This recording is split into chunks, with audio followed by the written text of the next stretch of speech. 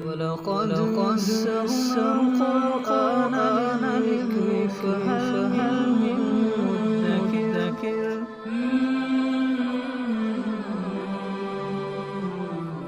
سورہ انعام آیت نمبر 59. اعوذ باللہ من الشیطان الرجیم. بسم اللہ الرحمن الرحیم.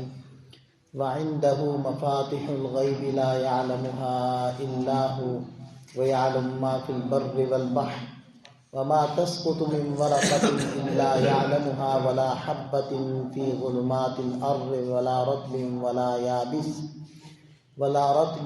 يابس الا في كتاب مبين. سابقہ آیات میں گفتگو چل رہی تھی کہ مشرکین مکہ یہ کہتے تھے کہ اگر ہم ایمان نہیں لائیں گے تو ہم عذاب میں مبتلا ہوں گے، تو اے محمد صلی اللہ علیہ وسلم وہ عذاب لائیے. تو آپ علیہ السلام نے ارشاد فرمایا کہ عذاب کا لانا میرے اختیار میں نہیں ہے. تو اب ان کا مطالبہ تھا کہ اچھا اگر آپ عذاب نہیں لا سکتے تو پھر ہمیں بتائیے کہ وہ عذاب آئے گا کب، تاکہ ہم اس کے لیے ضروری تیاری کر کے رکھیں. تو اس آیت مبارکہ میں اللہ تعالیٰ نے یہ بتلا دیا کہ ہمارے نبی صلی اللہ علیہ وسلم کے اختیار میں جیسے عذاب کا لانا نہیں، اسی طرح یہ علم بھی ان کے پاس نہیں ہے کہ عذاب آئے گا کب. وہ علم بھی اللہ کے پاس. لہذا ارشاد فرمایا وَعِندَهُ مَفَاتِحُ الْغَیْبِ، اور اللہ کے پاس ہیں غیب کے خزانے. یہ جو مفاتح کا لفظ ہے یہ مفتاحن کی جمع بھی ہو سکتا ہے، اور مفتاحن کا معنی ہوتا ہے کنجی، چابی. تو پھر ترجمہ کریں گے اللہ ہی کے پاس ہے غیب کی چابیاں. اور یہ مفتاح کی جمع بھی ہو سکتا ہے، مفتاح کا معنی ہوتا ہے خزانہ. تو پھر معنی ہوگا اللہ ہی کے پاس ہے غیب کے خزانے. تو کوئی بھی آپ معنی کریں، چابیاں کریں یا خزانے کریں، مطلب ایک ہی ہے. ظاہری بات ہے خزانے بھی اسی کے ہوں گے جس کے پاس چابیاں ہوں گی. تو غیب کی خزانے کی چابیاں یا غیب کے خزانے وہ اللہ کے پاس ہے. اللہ ہی کو پتہ ہے کہ کب آئے گا. اللہ نے اپنی نہ ذات میں کسی کو شریک ٹھہرایا ہے نہ صفات میں. اللہ تعالیٰ کی صفات ہیں حیات، علم، قدرت، سمع، بصر، ارادہ، مشیت، خلق، رزق. ان 9 صفات میں سے 2 صفات ایسی ہیں کہ جس کو اور زیادہ اہمیت حاصل ہے، اور وہ ہے علم اور قدرت. اگر ان 2 صفات پر کسی انسان کو یقین آ جائے تو اس سے دنیا کے اندر گناہ نہ ہو. جب اس کو اس چیز کا یقین آ گیا کہ اللہ میرے ہر ڈھکے چھپے اور ظاہر کو جانتے، میں جتنی بھی تنہائیوں میں چھپ جاؤں اللہ تعالیٰ اس تنہائیوں کو بھی جانتے ہیں. اور دوسرا ہے قدرت، کہ میں جتنا بھی دنیا کے اندر صاحب اقتدار ہو جاؤں، صاحب اختیار ہو جاؤں، اللہ کی قدرت میرے اوپر بہرحال حاوی ہے، اور اس کے اختیارات سے میں باہر کبھی بھی نہیں نکل سکتا. تو یہاں اللہ تعالیٰ نے اپنی صفات میں سے ایک صفت علم کو بیان کیا، اور یوں فرمایا وَعِندَهُ مَفَاتِحُ الْغَیْبِ، اور اللہ ہی کے پاس ہے غیب کے خزانے. لا يعلمها الا هو، ان غیب کے خزانوں کو وہی جانتا ہے. یہ یوں ترجمہ کریں ان غیب کے خزانوں کو نہیں جانتا مگر وہی. اب اس سے زیادہ اور تاکید اور حصر کیا ہو سکتا ہے. اللہ تعالیٰ کی کسی بھی صفت میں کوئی بھی شریک نہیں. غیب کہتے کسے ہیں؟ غیب کہتے ہیں ایسی چیزوں کا علم جن چیزوں کو ابھی تک اللہ تعالیٰ نے پیدا ہی نہیں کیا، یا وہ پیدا تو ہو گئی ہیں لیکن ان کا ظہور مخلوق پر ابھی تک نہیں ہوا.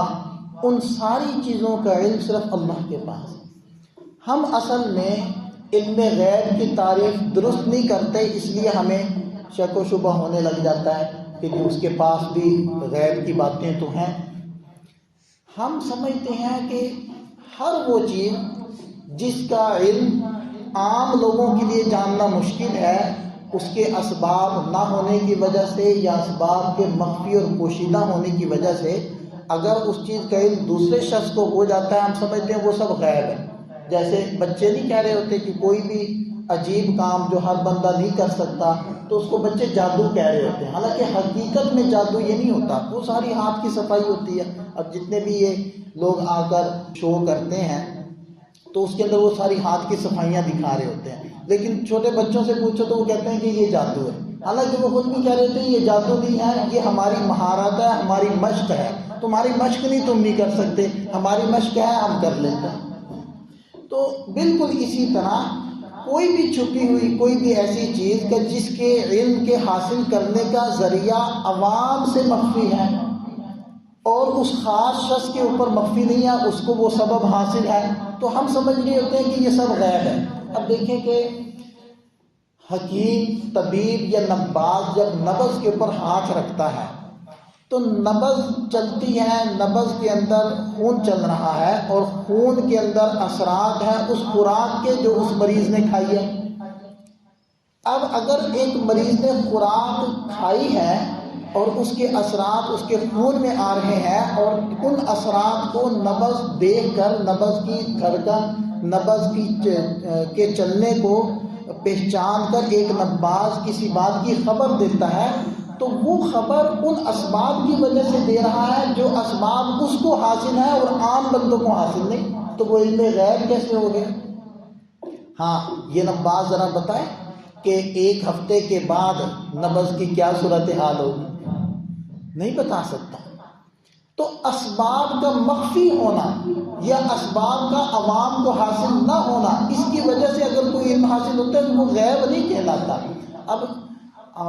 اب یہ جو الٹرا ساؤنڈ ہے یا ایکس رے مشینیں ہیں، تو ایکس رے یا الٹرا ساؤنڈ مشینوں کے ذریعے سے چیزوں کو حاصل کیا جا رہا ہے، تو اسباب موجود ہیں، عام لوگوں کے پاس یہ چیزیں نہیں ہیں، جس کے پاس ہے وہ ان کے ذریعے سے ان چیزوں کو حاصل کر رہا ہے۔ یا حسابات کا علم ہے کہ کائنات کے اندر یہ جو سیارے حرکت کر رہے ہیں تو ان کی حرکت کا ایک اندازہ ہوتا ہے کہ یہ اتنے وقت میں اتنی حرکت کرتا ہے، جیسے کہ سورج کی حرکت ہے وہ ساری لگی بندی ہے، اسی کی بنیاد کے اوپر تو یہ دائمی نقشہ اوقات الصلاۃ بنے ہوئے، کیونکہ ہر سال کے اس دن کے اندر سورج کی وہی حرکت ہوگی، اسی جگہ موجود ہوگا جس جگہ کے یہ پچھلے سال اس دن کے اندر موجود تھا، بس اس کی کلیکشن ہے یہ ساری۔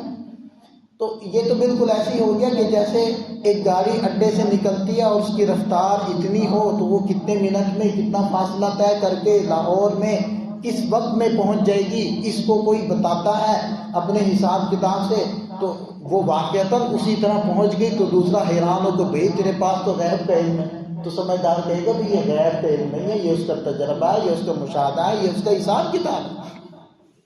تو عوام کو اس بات کا چونکہ شعور نہیں ہوتا کہ غیب کہتے کسے ہیں، لہذا ہر ایسی بات جو عوام حاصل نہ کر سکے تو وہ اس کو علم غیب کہہ رہے ہوتے ہیں، جس کی وجہ سے اشکالات پیدا ہوتے ہیں کہ قرآن تو یہ کہہ رہا ہے کہ وَعِندَهُ مَفَاتِحُ الْغَیْبِ، حالانکہ اس کو کوئی غیب کی باتوں کا علم ہے، وہ بھی عجیب و غریب باتیں بتاتے، تو پھر اس آیت کا کیا مطلب؟ تو اس بات کو اچھے سے یاد رکھیں کہ غیب وہ ہوتا ہے کہ جن چیزوں کو اللہ نے پیدا نہیں کیا ان کا علم، اور یا پیدا کر دیا ہے لیکن ان کا ظہور مخلوق پر نہیں ہوا، ان کا علم وہ اللہ ہی کا خاصہ ہے، وہ کسی کو معلوم نہیں ہے۔ دوسری چیز علم محیط، یعنی اسی علم غیب کا دوسرا پہلو ہے علم محیط، یعنی ہر کلی جزئی، ہر ذرے کا اور ہر ذرے کا، ہر لمحے کا علم وہ بھی اللہ تعالیٰ کا خاصہ ہے، وہ بھی کسی مخلوق کے بس کی بات نہیں ہے۔ اس آیت مبارکہ میں دونوں پہلوؤں کو بیان کیا گیا ہے۔ پہلا پہلو بیان ہو رہا ہے وَعِندَهُ مَفَاتِحُ الْغَیْبِ لَا يَعْلَمُهَا إِلَّا هُوَ، اور اللہ ہی کے پاس ہیں غیب کے خزانے، نہیں جانتا ان کو مگر وہی۔ اچھا اب اگلا حصہ دیکھیں وَيَعْلَمُ مَا فِي الْبَرِّ وَالْبَحْرِ، اور وہ جانتا ہے ہر اس چیز کو جو خشکی میں ہے اور جو سمندر میں ہے، بر معنی خشکی، بحر معنی سمندر۔ وَمَا تَسْقُطُ مِنْ وَرَقَةٍ إِلَّا يَعْلَمُهَا، اور جو پتا بھی گرتا ہے، ورقہ پتا، الا یعلمھا، وہ اس کو جانتا ہے۔ وہ پتا کس درخت سے گرا، سبز گرا یا خشک ہو کر گرا، گرتے ہوئے اس نے ہوا کے اندر کتنی کروٹیں لی، یہ سب اللہ جانتا ہے۔ اور ولا حبۃ فی ظلمات الارض ولا رطب ولا یابس، اور زمین کی اندھیریوں میں جو بھی دانہ ہے، یعنی ایسے کسان نے دانہ بکھیرا اور وہ کس دراڑ کے اندر، کس پھٹن کے اندر، زمین کے اندر اتر گیا اور کہاں جا کر رک گیا، کس کروٹ گرا، ٹھیک ہے نا، جس جانب سے اس کی جڑ نکلنی ہے وہ نیچے ہے یا اوپر ہے، جس جانب سے اس کی کونپل نکلنی ہے وہ نیچے ہے یا اوپر ہے، وہ جانتا ہے۔ ولا رطب ولا یابس، جو بھی تر چیز ہے، ولا یابس، اور جو بھی خشک چیز ہے، الا فی کتاب مبین، وہ ایک کھلی کتاب میں درج ہے۔ یعنی آپ اندازہ لگائیں، اللہ تعالیٰ یہ فرما رہے ہیں کہ مجھے صرف علم ہی نہیں بلکہ ریٹرن فارم کے اندر ہمارے پاس موجود ہے۔ اور ہم سمجھتے ہیں کہ ایک ہے زبانی کلامی چیزیں اور ایک ہے لکھی ہوئی چیزیں، تو لکھی ہوئی چیز کی اہمیت زیادہ ہوتی ہے، تو اللہ تعالیٰ فرما رہے ہیں کہ صرف معلوم ہی نہیں ہے، ہمارے پاس لکھا ہوا ہے۔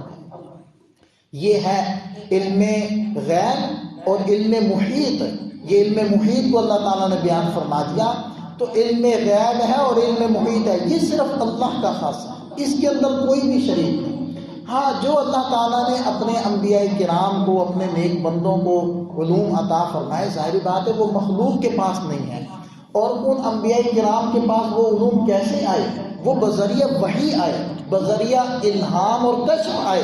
اب ظاہری بات ہے عوام کے پاس نہ تو وحی کا ذریعہ ہے اور اکثر کے پاس الہام اور کشف کا ذریعہ بھی نہیں ہے، تو وہ ذرائع نہ ہونے کی وجہ سے عوام اس علم کو بھی علم غیب کہہ رہے ہوتے ہیں، حالانکہ قرآن کی اصطلاح میں وہ علم غیب نہیں ہے، وہ انباء الغیب ہے۔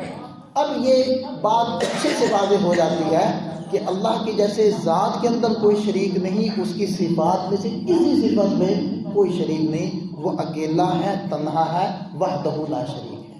وَهُوَ الَّذِي يَتَوَفَّاكُم بِاللَّيْلِ، اللہ وہ ہے جو رات کو تمہاری روحوں کو قبض کر لیتا ہے۔ توفا یا توفا ایسے قبض کر لینا، روحوں کو قبض کرنا نیند کی حالت میں، مطلب ایسا کلی طور پر تو نہیں ہوتا جیسا موت کے وقت ہوگا، لیکن انسان بالکل ایسے ہو جاتا ہے گویا کہ اس کو موت واقع ہو گئی، یعنی نیند کو موت نہیں کہا گیا، موت کی بہن کہا گیا، موت کی مثل کہا گیا۔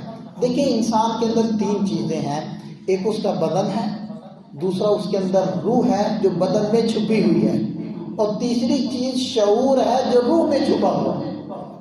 جب انسان سوتا ہے اس کا جسم بھی موجود ہوتا ہے، روح بھی موجود ہوتی ہے، البتہ اس کا جو شعور ہے وہ قبض کر لیا جاتا ہے، شعور ختم ہو گیا، سوچنے سمجھنے کی صلاحیت ختم ہوگی، بے حس و حرکت، وہ بے شعورہ سویا ہوا ہے۔ لیکن جب انسان کے اوپر موت واقع ہوتی ہے پھر دو چیزیں ختم ہوتی ہیں، شعور بھی جاتا ہے، روح بھی جاتی ہے، صرف جسم باقی رہ جاتا ہے۔ اور جب اللہ تعالیٰ نے حضرت عیسیٰ علیہ السلام کو اٹھایا آسمانوں پر تو تینوں چیزوں کو قبض کیا ہے، جسم بھی، روح بھی اور شعور بھی، لہذا توفع کامل جو ہوئی ہے حضرت عیسیٰ علیہ السلام میں۔ اور موت کے وقت جو توفی ہوتی ہے، جو قبض کرنا ہوتا ہے، وہ روح اور شعور کا ہوتا ہے، اور نیند کے وقت جس چیز کو لیا جاتا ہے وہ شعور کو لیا جاتا ہے۔ تو اس اعتبار سے نیند کو موت کی بہن یا مثل کہا گیا ہے۔ تو اس چیز کو اللہ تعالیٰ بیان فرما رہے ہیں، وَهُوَ الَّذِي يَتَوَفَّاكُم بِاللَّيْلِ، وہ رات کو تمہارے شعور کو قبضے میں لے لیتا ہے، گویا کہ انسان تھوڑی دیر کے لیے بالکل ایسا ہو جاتا ہے جیسے کہ مڑا ہوا۔ وَيَعْلَمُ مَا جَرَحْتُم بِالنَّهَارِ، اور دن کے اندر جو کچھ تم کرتے ہو وہ سب کو جانتا ہے، سب کیے کو جانتا ہے۔ ثُمَّ يَبْعَثُكُم فِيهِ، پھر نئے دن کے اندر تمہارے اندر اس روح کو، اس شعور کو واپس لوٹا دیتا ہے، لِيُقْضَىٰ أَجَلٌ مُّسَمًّى، تاکہ وقت مقرر کا فیصلہ کیا جائے، یعنی ہر ایک اپنی وہ زندگی جیے جو اللہ نے اس کو دی ہے، اور یہاں تک کہ وہ دن گزار کر وہ خاص وقت آ جائے جس کے اندر اس نے مرنا ہے۔ ثُمَّ إِلَيْهِ مَرْجِعُكُمْ، پھر اسی کی طرف تم سب کا لوٹنا ہے۔ ثُمَّ يُنَبِّئُكُم بِمَا كُنتُمْ تَعْمَلُونَ، پھر وہ تمہیں بتلا دے گا جو کچھ تم دنیا میں کرتے رہے۔ تو دیکھیں قدرت بھی اس کی ہے، علم بھی اس کا ہے۔ اگر ان دو صفات کا ہمیں یقین آ جائے تو پھر کوئی بھی گناہ کرنا، کسی کے اوپر ظلم کرنا، زیادتی کرنا، کسی کے خلاف پلاننگ کرنا، منصوبہ بندی کرنا، پروپیگنڈا کرنا وغیرہ وغیرہ، یہ جتنے بھی گناہ ہم لوگ چھپ کر رہے ہوتے ہیں، ان سب سے بعد انسان آ جائے، اگر ان دو صفات پر انسان کو یقین آ جائے۔ اللہ تعالی ہمیں سمجھ عطا فرمائے، عمل کی توفیق۔